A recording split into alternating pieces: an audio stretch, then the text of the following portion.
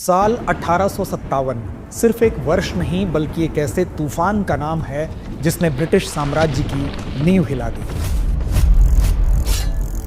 क्या यह सिर्फ सिपाहियों की बगावत थी या फिर एक पूरे राष्ट्र की दबी हुई चिंगारी? आज हम जानेंगे उस ऐतिहासिक क्रांति की कहानी को जहां बहादुरी, बलिदान और बगावत ने मिलकर लिखा था भारत के स्वाधीनता संग्राम का पहला अध्याय। अंग्रेजों की ईस्ट इंडिया कंपनी के शासन ने धीरे धीरे भारत को जकड़ लिया था। राजाओं को गद्दी से हटाया जा रहा था, किसानों से जबरन कर वसूला जा रहा था, समाज की परंपराओं को तोड़ा जा रहा था और सैनिकों की आस्था को ठेस पहुंचाई जा रही थी। यह सिर्फ असंतोष नहीं था बल्कि एक धधकती ज्वाला थी जिसमें कभी भी विस्फोट हो सकता था। बस जरूरत थी एक चिंगारी की। लेकिन सवाल यह है कि क्या अचानक बिना कारण ही जल उठी थी आजादी की चिंगारी? तो जवाब है नहीं। इसके पीछे थे वर्षों से सुलगते असंतोष, दबे हुए दर्द और टूटते हुए विश्वास।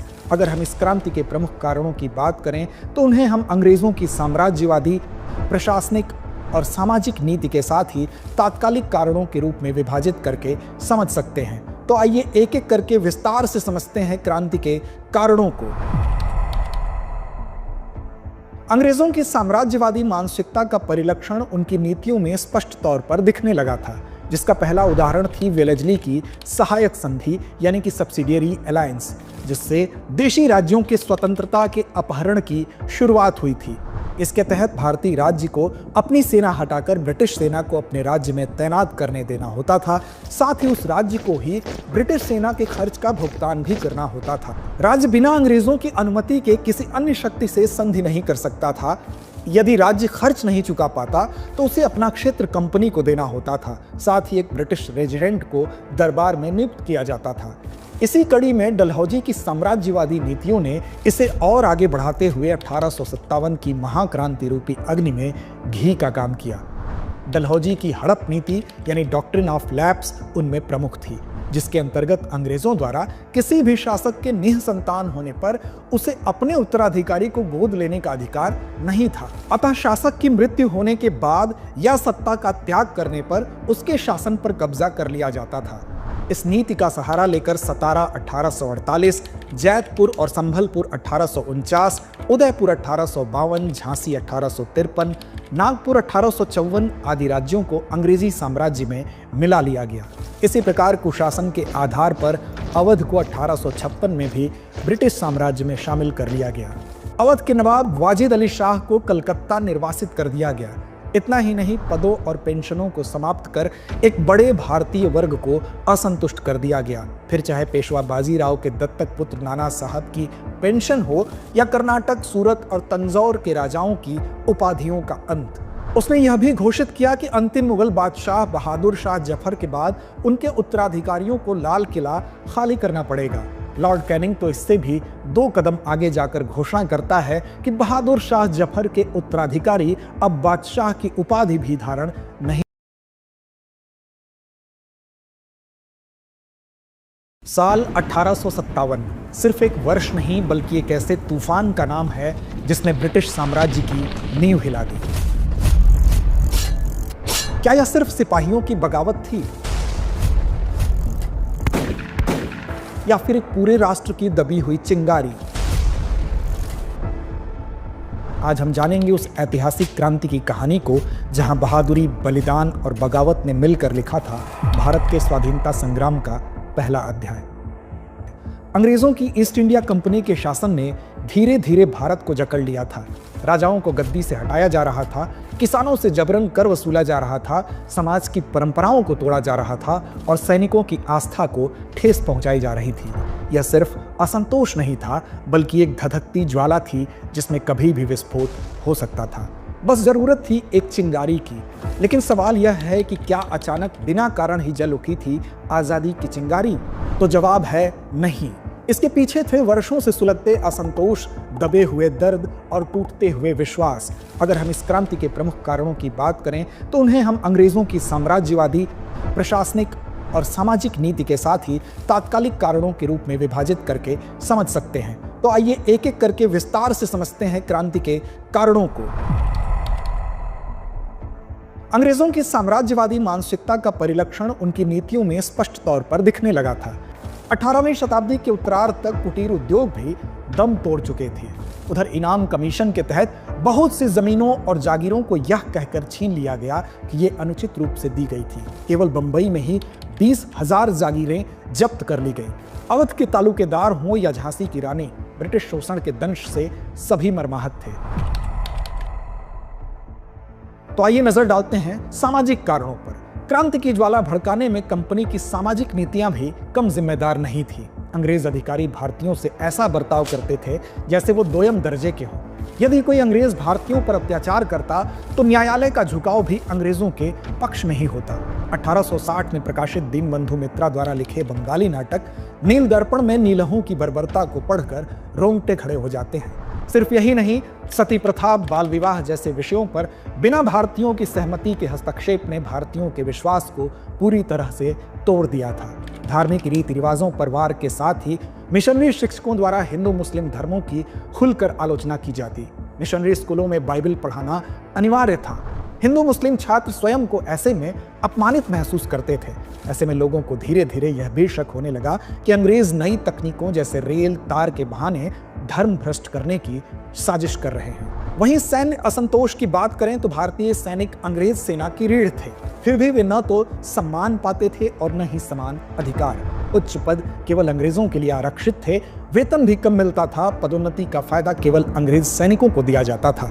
इसी बीच लॉर्ड कैनिंग द्वारा पास किए गए सामान्य सेवा भर्ती अधिनियम ने सैनिकों को समुद्र पार भेजने की बात कही, जो धार्मिक रूप से वर्जित था। समुद्र पार जाने का मतलब ही तब धार्मिक दृष्टिकोण से पथभ्रष्ट होना माना जाता था, जिससे व्यक्ति का अपने धर्म में लौटने का रास्ता बंद हो जाता था।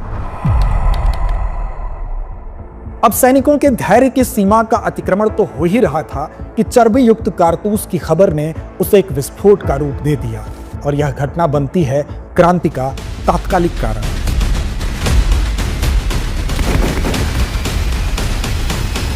(1857) की शुरुआत में सैनिकों को नई एनफील्ड राइफल दी गई, जिसमें इस्तेमाल होने वाले कारतूस को दांत से काटना होता था।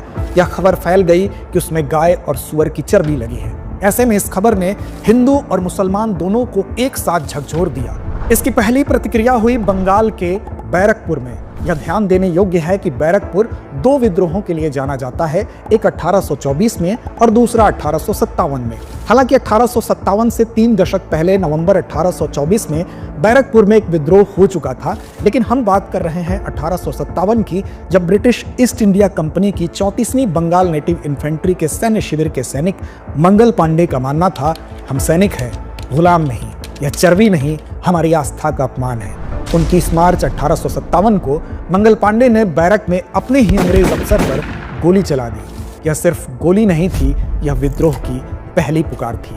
8 अप्रैल 1857 ईस्वी को मंगल पांडे को फांसी की सजा दे दी गई, लेकिन क्रांति का आगाज हो चुका था। 9 मई 1857 को मेरठ में 85 भारतीय सैनिकों ने नए राइफल का प्रयोग करने से इनकार कर दिया। यहां भी विरोध करने वाले सैनिकों को 10-10 वर्ष की सजा दे दी गई। फिर 10 मई 1857 की रात मेरठ छावनी के सैनिकों ने विद्रोह किया। घोड़े दौड़ाए गए, तोपों पर झंडे लहराए गए और नारे गूंजने लगे। इस विद्रोह को तलाश थी एक नेतृत्व की। अगले ही दिन ये जाबाज दिल्ली पहुंचे और बुजुर्ग मुगल सम्राट बहादुर शाह जफर को भारत का सम्राट घोषित कर नेतृत्व उनके हाथों में सौंप दिया। जफर, जो कभी कविताओं में दर्द छुपाते थे, अब सिपाहियों के घोष में गरज उठे, अगर यह वतन मुझे पुकार रहा है तो मैं चुप कैसे रहूं। देखते ही देखते विद्रोह पटना से लेकर राजस्थान की सीमाओं तक फैल गया। विद्रोह के मुख्य केंद्रों में कानपुर, लखनऊ, बरेली, झांसी, ग्वालियर और बिहार के आरा शामिल थे। लखनऊ, जो अवध की राजधानी थी, अवध के पूर्व राजा की बेगमों में से एक बेगम हजरत महल ने विद्रोह की कमान संभाली। कानपुर में विद्रोह का नेतृत्व पेशवा बाजीराव द्वितीय के दत्तक पुत्र नाना साहब ने किया। उनके सेनापति तात्या टोपे ने जंगलों में गुरिल्ला युद्ध की मिसाल पेश की। झांसी में 22 वर्षीय रानी लक्ष्मीबाई ने ब्रिटिश ताकत के खिलाफ हुंकार भरी, क्योंकि उनके पति की मृत्यु के बाद अंग्रेजों ने उनके दत्तक पुत्र को झांसी के सिंहासन पर बैठाने से इनकार कर दिया था। उन्होंने साफ कहा, मैं अपनी झांसी नहीं दूंगी। वह ब्रिटिश सेनाओं के खिलाफ मजबूती से लड़ी, लेकिन अंततः 18 जून 1858 को अंग्रेजों से लड़ते हुए ग्वालियर के पास कोटा की सराय में घायल हुई और अंततः वीर गति को प्राप्त हो गई। बिहार में विद्रोह का नेतृत्व कुंवर सिंह ने किया, जो जगदीशपुर बिहार के एक शाही घराने से थे। इस तरह शुरुआत में महज एक सैनिक विद्रोह अब तब्दील हो चुका था जनभावनाओं की लपटों में। 1857 का विद्रोह 1 वर्ष से अधिक समय तक चला। विद्रोह को दिल्ली में जॉन निकोलसन, लखनऊ में हेनरी लॉरेंस, कानपुर और बरेली में कोलिन कैम्पबेल, झांसी और ग्वालियर में जनरल ह्यूरोज, इलाहाबाद और बनारस में कर्नल ऑनसेन और बिहार में विलियम टेलर की सहायता से दबा दिया गया। पर सवाल उठता है कि क्या यह क्रांति असफल थी? तो सच यह है कि सीमित संसाधन, प्रभावी नेतृत्व का अभाव और मध्यम वर्ग की भागीदारी के अभाव ने इस सफलता के परास को सीमित तो किया, परंतु इसे पूर्णतया असफल कहना गलत होगा। विशेष तौर पर अंग्रेजी शिक्षा प्राप्त मध्यम वर्ग बंगाल के अमीर व्यापारियों और जमींदारों द्वारा विद्रोह को दबाने में अंग्रेजों की तरफदारी न होती तो परिणाम और व्यापक हो सकते थे। पर सफलता असफलता के गणित में बिना उलझे इसके परिणाम स्वयं इसके प्रभावों की गाथा कहते हैं। तो आइए एक नजर डालते हैं इस क्रांति के बाद के परिणामों पर। 1858 में ब्रिटिश सरकार ने कंपनी से शासन छीन लिया। लॉर्ड कैनिंग ने इलाहाबाद में इसकी घोषणा की और भारत का राज अब सीधे इंग्लैंड की महारानी के हाथों में चला गया।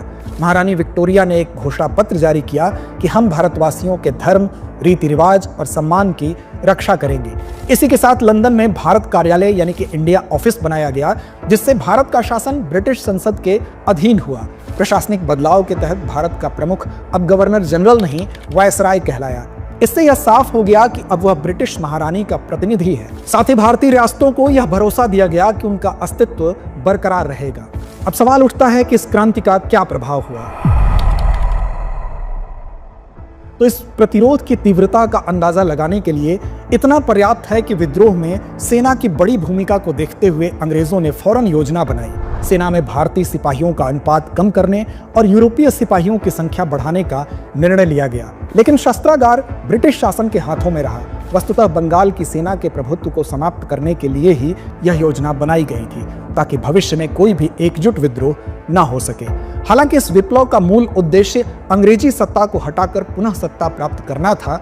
इस लिहाज से हम इसे पूर्ण सफल तो नहीं कह सकते, पर इसने अंग्रेजों के शासन शैली और नीतियों को बदल दिया। अब सवाल उठता है कि क्या यह सिर्फ एक सैनिक विद्रोह था या प्रथम स्वतंत्रता संघर्ष? तो ज्यादातर अंग्रेज जैसे जॉन लॉरेंस और सीले और विप्लव के समय के कुछ भारतीय जैसे मुंशी जीवनलाल, मोइनुद्दीन, दुर्गादास बंदोपाध्याय एवं सर सैयद अहमद खां आदि इसे सिर्फ एक सैनिक विद्रोह की संज्ञा देते हैं। वहीं विनायक दामोदर सावरकर ने इसे सुनियोजित स्वतंत्रता संग्राम, तो पट्टाभी सीतारमैया ने भारत का प्रथम स्वतंत्रता संग्राम कहा। अशोक मेहता ने अपनी किताब द ग्रेट रेबेलियन में इसे पूर्ण रूप से एक राष्ट्रीय विद्रोह कहा है। पंडित जवाहरलाल नेहरू के अनुसार भी शुरू में यह सैनिक विद्रोह जरूर था, जो शीघ्र ही जन विद्रोह में परिवर्तित हो गया। ब्रिटिश सांसद बेंजामिन डिसरेली ने भी इसे राष्ट्रीय विद्रोह की संज्ञा दी। वहीं वर्तमान इतिहास लेखन के तमाम नए शोध और तथ्य यह प्रमाणित करते हैं कि यह एक सैनिक विद्रोह से कहीं ज्यादा था। 1857 का विद्रोह भले ही सैन्य रूप से असफल रहा, लेकिन इसने भारतीय जनमानस को एक नई राजनीतिक और राष्ट्रीय चेतना दी। यह पहली बार था जब राजा से लेकर आम जन, सैनिक से लेकर किसान, सभी ने एक स्वर में विदेशी सत्ता के खिलाफ आवाज उठाई। इस क्रांति ने अंग्रेजों को यह समझा दिया कि भारत अब सिर्फ व्यापार की भूमि नहीं, बलिदानों की भूमि बन चुका है। यह वह चिंगारी थी जिसने भविष्य में गांधी, सुभाष, भगत सिंह जैसे महानायकों को जन्म दिया। 1857 का संग्राम भले ही दबा दिया गया, लेकिन इसकी गूंज इतिहास के हर कोने में आज भी सुनाई देती है। यह बगावत नहीं, एक जागृति थी, स्वतंत्रता की पहली दस्तक, जिसने भारत के लिए एक सुनहरा भविष्य लिखने की नींव रख दी। डियर व्यूअर्स, अपने एग्जाम की तैयारी को और बेहतर करने के लिए हमारे चैनल को लाइक, शेयर और सब्सक्राइब करना न भूलें।